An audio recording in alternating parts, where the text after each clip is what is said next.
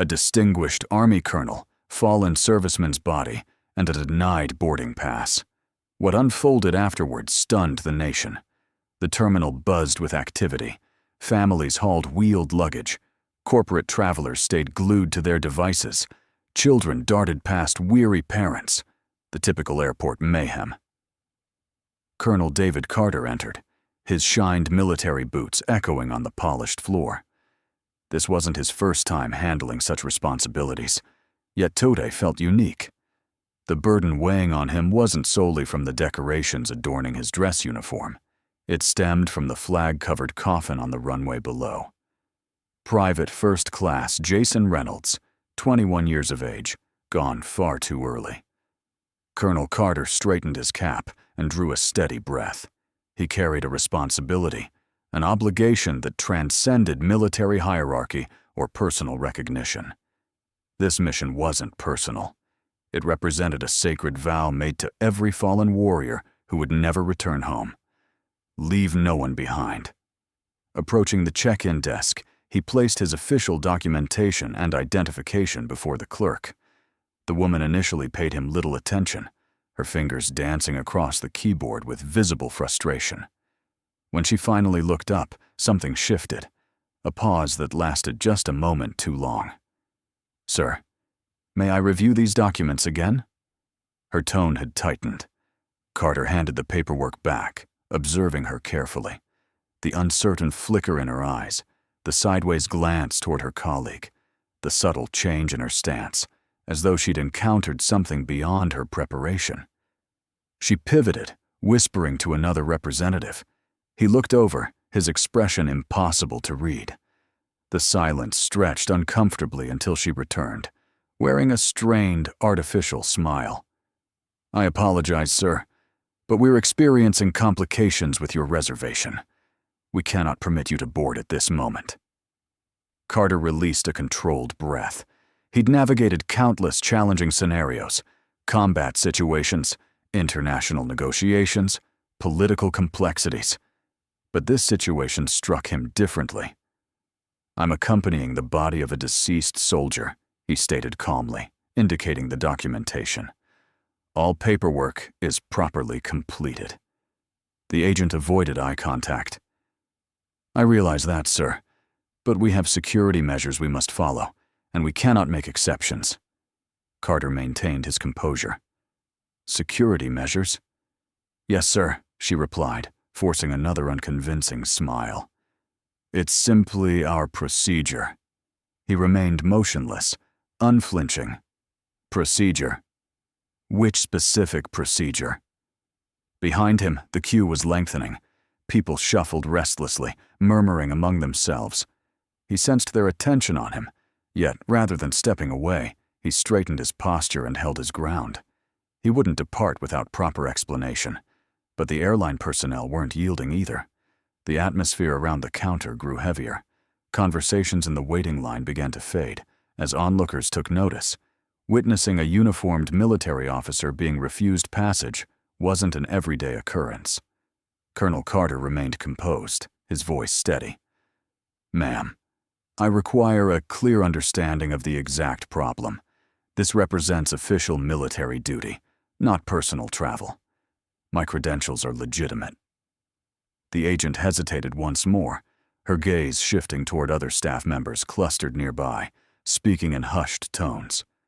A manager, a middle-aged man with a weary demeanor, finally stepped forward. He adjusted his identification badge, then crossed his arms while examining Carter. "Sir, I regret the inconvenience," he began, his voice carrying that professional tone people adopt when they want questions to cease.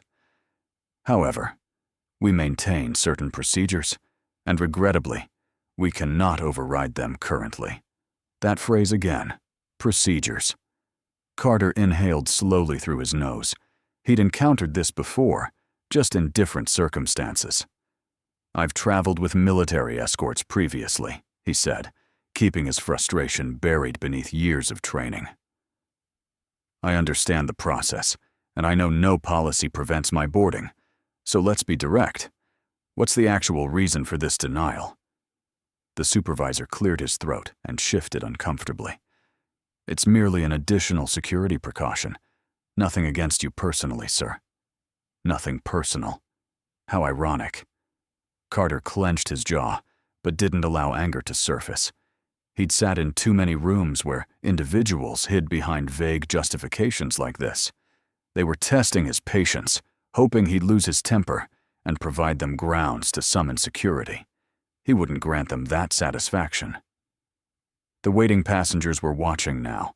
A woman in a crimson blazer whispered to her spouse, while a young man clutching his boarding pass frowned, studying the airline employees as if trying to comprehend the situation.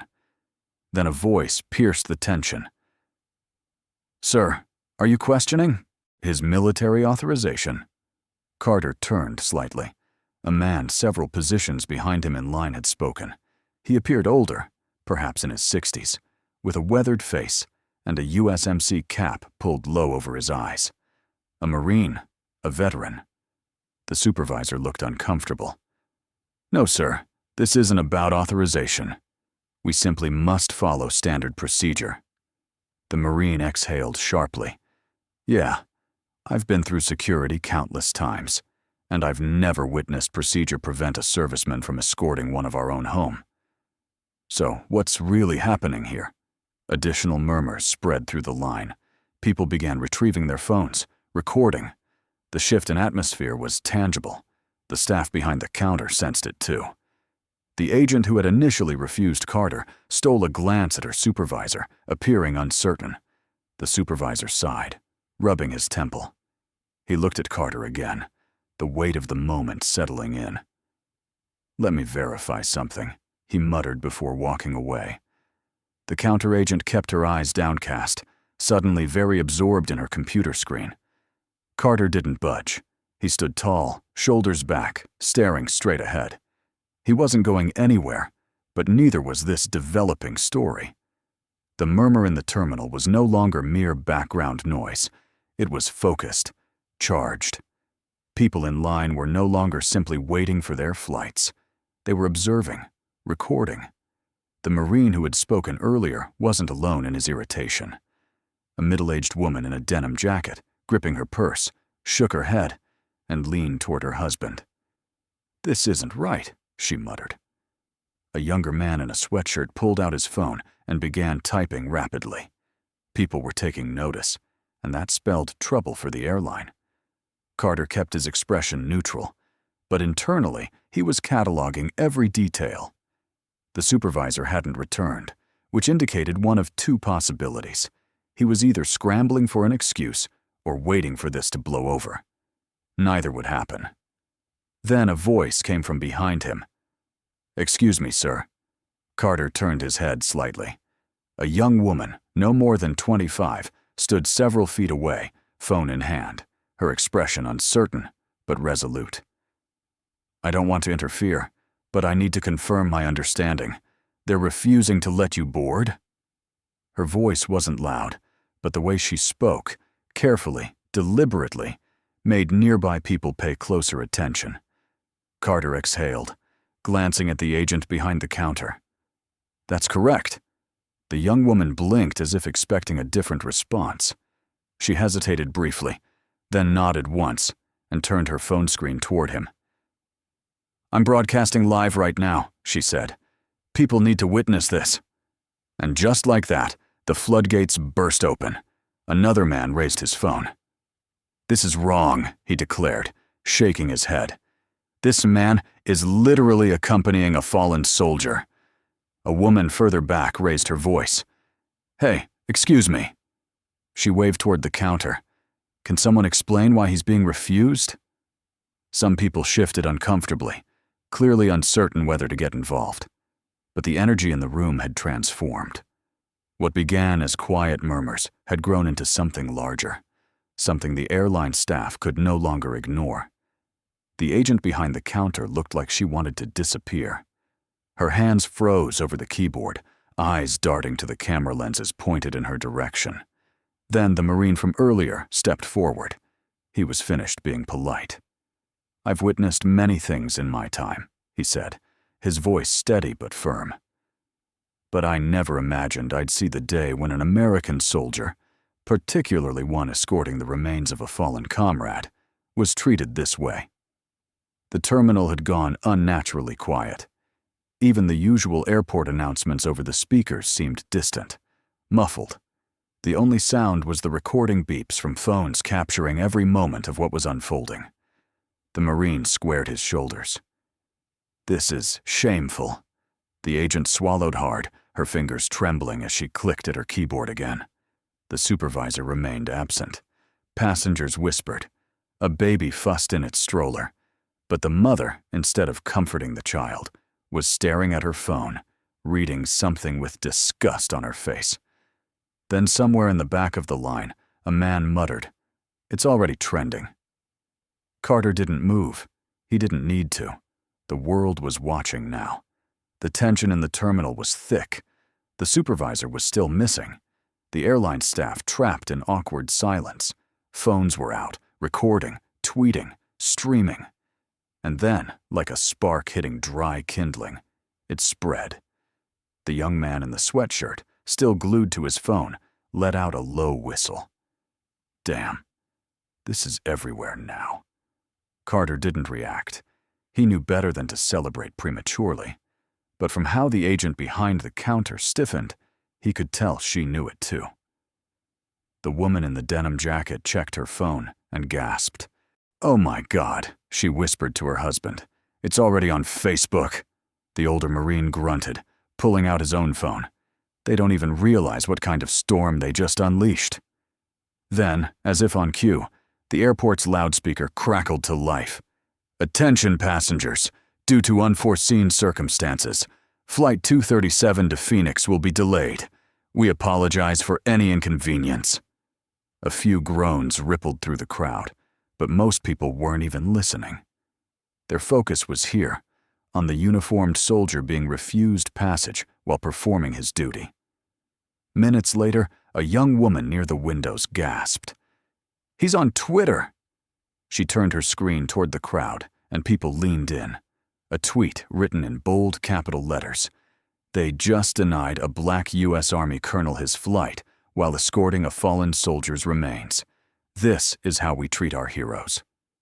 Let him fly. Underneath, the numbers were climbing.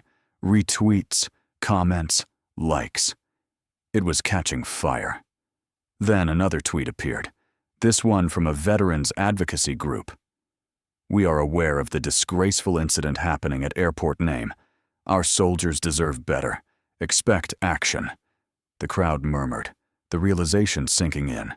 The airline had officially lost control of the narrative. The agent behind the counter, still frozen in place, let out a shaky breath. She turned and hurried toward the back, disappearing behind a frosted glass door. She wasn't returning with an answer. She was returning with damage control. Carter adjusted his cap.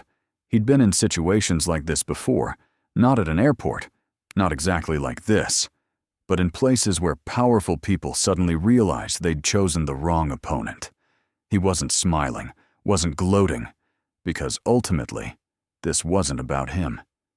It was about Private First Class Jason Reynolds, the young man waiting to go home. And right now, that mission remained incomplete. The crowd wasn't just watching anymore. They were waiting. The terminal felt different now, charged, expectant. Then the supervisor finally returned, but he wasn't alone. A second man walked beside him, this one in a sleek navy suit, his airline identification clipped neatly to his pocket. His walk was brisk, controlled, like someone accustomed to extinguishing fires. He stopped just short of the counter, scanning the scene.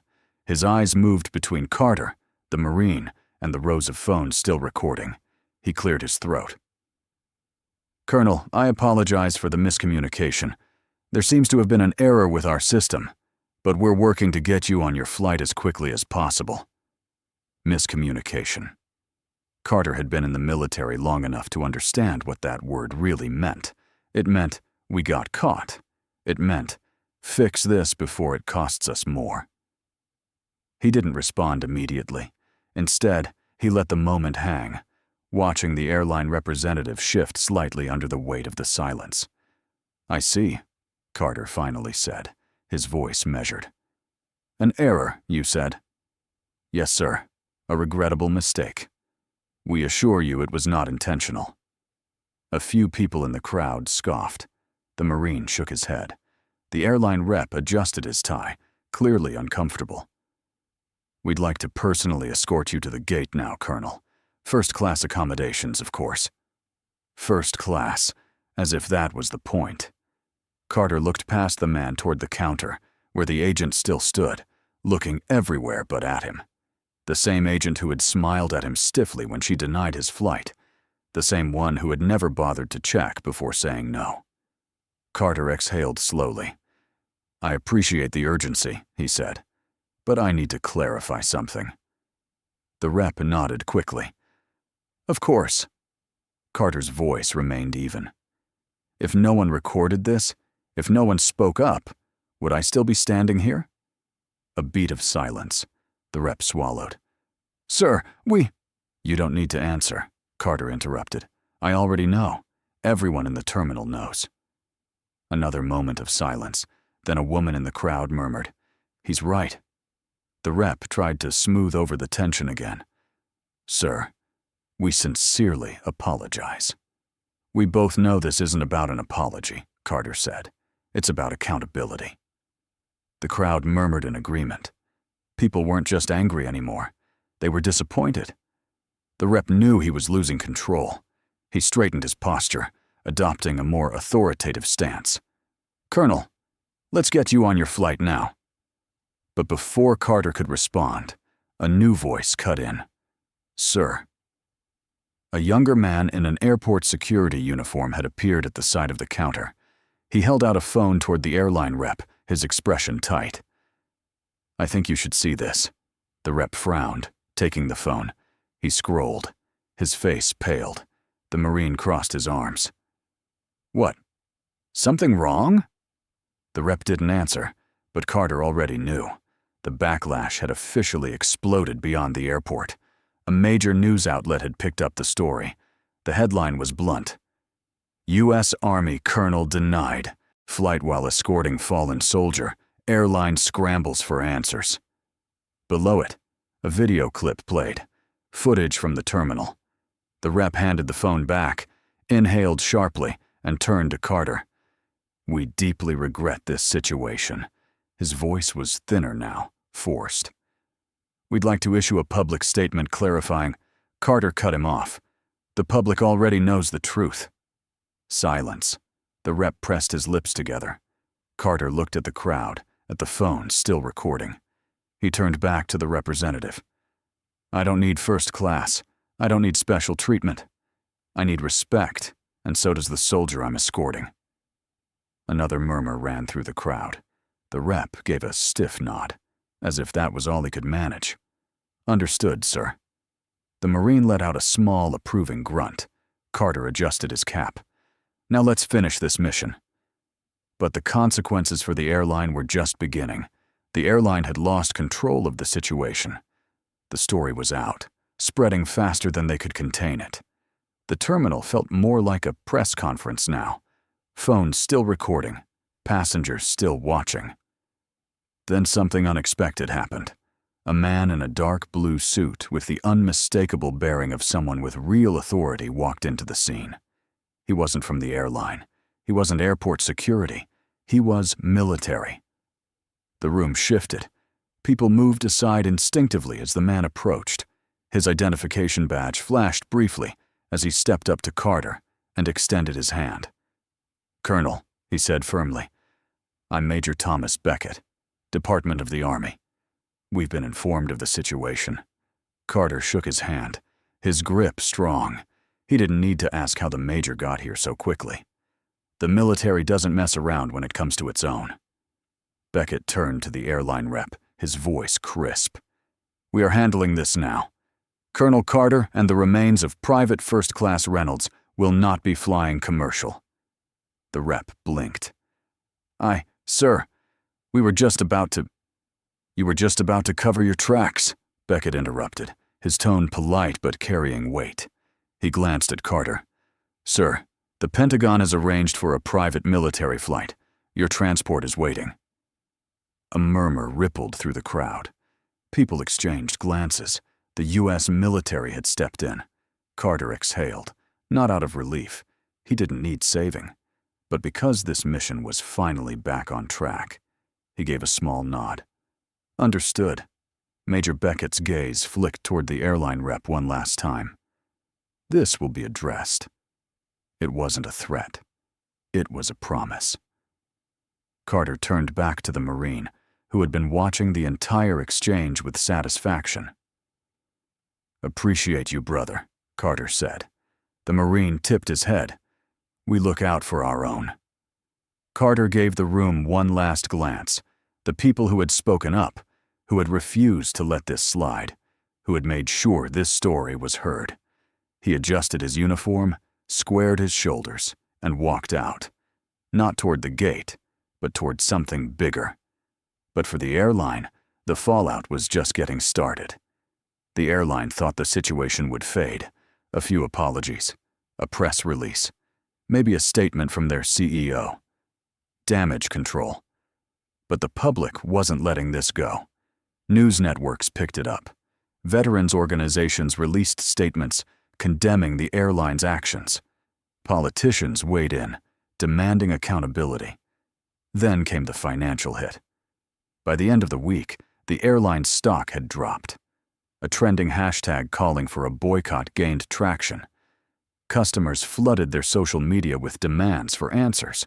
And then the final blow, a lawsuit. A coalition of military advocacy groups filed a formal complaint against the airline for discrimination and failure to uphold service member protections. Under pressure, the airline's CEO made a public appearance. He called it a regrettable misunderstanding and announced that the employees involved had been placed on administrative leave. Too little, too late. Meanwhile, Colonel Carter continued his mission. He escorted Private First Class Jason Reynolds home, standing by as the young soldier's family received him for the last time. He didn't need the headlines. He didn't need the attention. He needed respect, and that was the real fight. Respect shouldn't be conditional. It shouldn't require a viral video or public outrage. It should be the standard. The people at that airport, the Marine, the passengers who spoke up, the ones who refused to stay silent, they proved something important. When people stand together, injustice has nowhere to hide. If you believe in accountability, if you believe in honoring those who serve, let your voice be heard. Because silence lets things like this happen again. And next time, it might not go viral.